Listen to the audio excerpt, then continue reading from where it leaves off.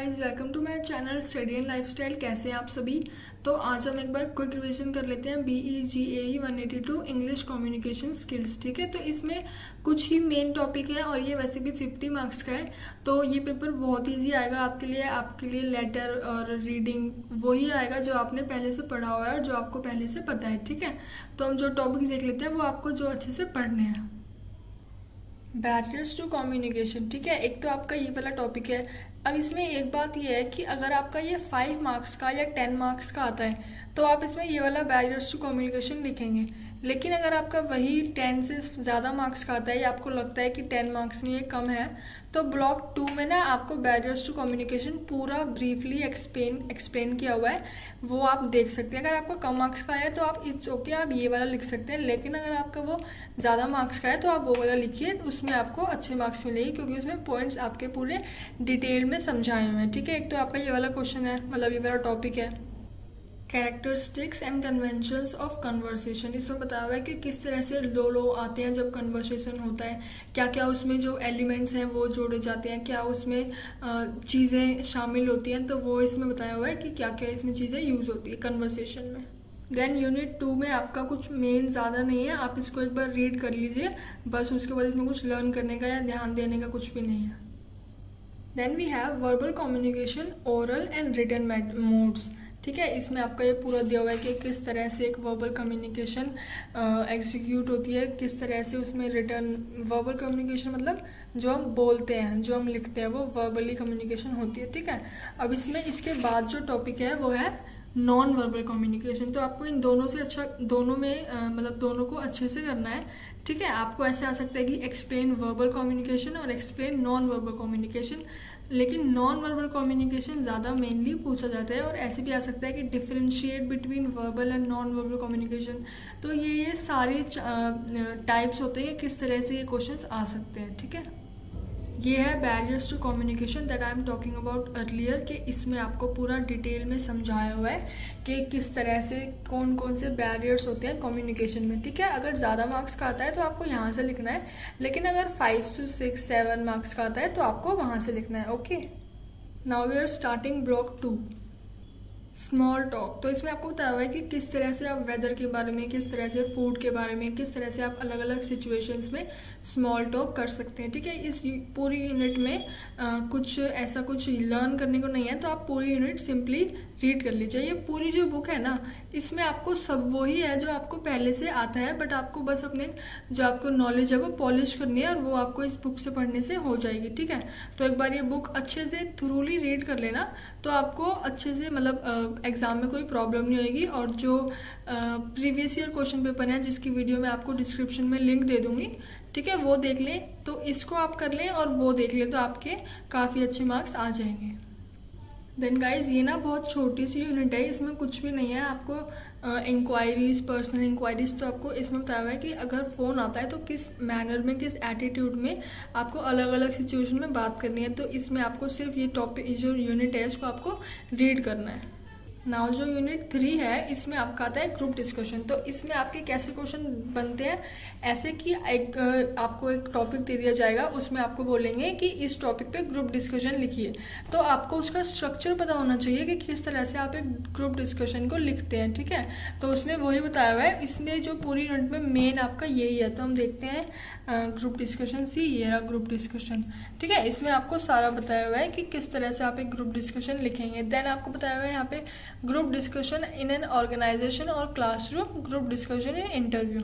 तो अलग अलग मेथड होते हैं, अलग अलग वोकैबुलरी होती है, अलग अलग आपका एटिकेट्स होते हैं कि आप हर जगह पे कैसे आप ग्रुप डिस्कशन करते हैं। ठीक है, देन आपकी ये 4th यूनिट है, इसमें लिखा हुआ है स्ट्रक्चर ऑफ प्रेजेंटेशन। ये इंपॉर्टेंट क्वेश्चन है, आपका 10 मार्क्स में आ सकता है, तो आप इसको अच्छे से देख लें। इसमें पूरा बताया हुआ है कि किस तरह से आपको एक प्रेजेंटेशन स्ट्रक्चर करनी होती है। मूविंग टू 3rd ब्लॉक, देखते हैं इसमें क्या हमको रीड करना है, क्या समझना है। Now reading process, step by step किस तरह से आपको रीडिंग करनी चाहिए जो एकदम इफेक्टिव हो।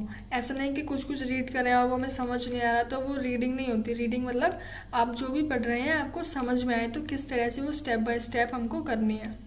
कैरेक्टरिस्टिक्स ऑफ रीडिंग, तो उसमें बताया हुआ है कि हमें रीडिंग क्यों, मतलब हम रीडिंग क्यों करते हैं। ऐसे तो नहीं है कि आपका चलो मन कर रहा है रीडिंग करते हैं, ऐसे तो कोई नहीं करता है। ऐसे करता है मन करता है चलो फ़ोन चलाते हैं, बट ऐसे कोई नहीं करता कि चलो रीडिंग करते हैं। तो रीडिंग पर्पसफुली होती है, किसी काम से ही अब रीडिंग करते हैं, वरना कोई ऐसे रीडिंग नहीं करता। ठीक है, reading is selective. Reading is selective का मतलब कि हम ना एक पेज पे में लिखा हुआ है सब कुछ, तो हम उसमें सब कुछ नहीं पढ़ेंगे, जो उसमें मेन है ना वही पढ़ेंगे।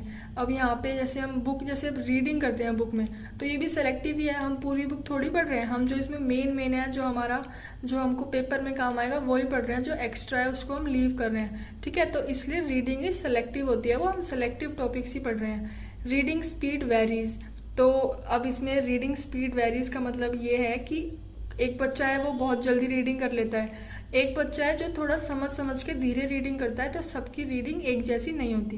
रीडिंग इज साइलेंट, तो इसका मतलब है कि रीडिंग मतलब जैसे हम तेज पढ़ते हैं, जैसे टीचर्स तेज पढ़ती हैं, ठीक है, हमें उनका सब समझ में आता है, लेकिन जब वो बच्चों को बोलती है पढ़ने के लिए तो सारे बच्चे तेज नहीं पढ़ पाते। तो ये स्पेशलाइज स्किल है, मन में तो सब पढ़ लेते हैं लेकिन तेज पढ़ना इज लाइक डिफिकल्ट। ठीक है, रीडिंग इज देन हमारे पास रीडिंग इज टेक्स्ट बेस।